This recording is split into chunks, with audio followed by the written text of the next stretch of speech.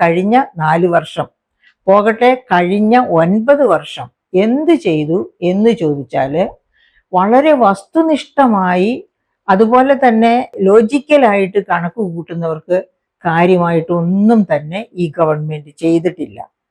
അങ്ങനെയുള്ള ഒരു ഗവൺമെന്റ് എല്ലാത്തിൻ്റെയും പിതൃത്വം ഏറ്റെടുത്തുകൊണ്ട് ഇതൊക്കെ ഞങ്ങളുടേതാണ്.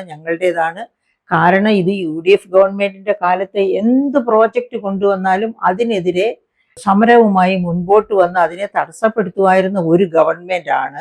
തടസ്സപ്പെടുത്തിയെങ്കിലും ഉമ്മൻചാണ്ടി അതുമായിട്ട് മുൻപോട്ട് പോകുമായിരുന്നു. അങ്ങനെയാണ് വിഴിഞ്ഞം പ്രോജക്റ്റൊക്കെ 2015 തറക്കല്ലിടാനും ഒക്കെ പറ്റിയത്.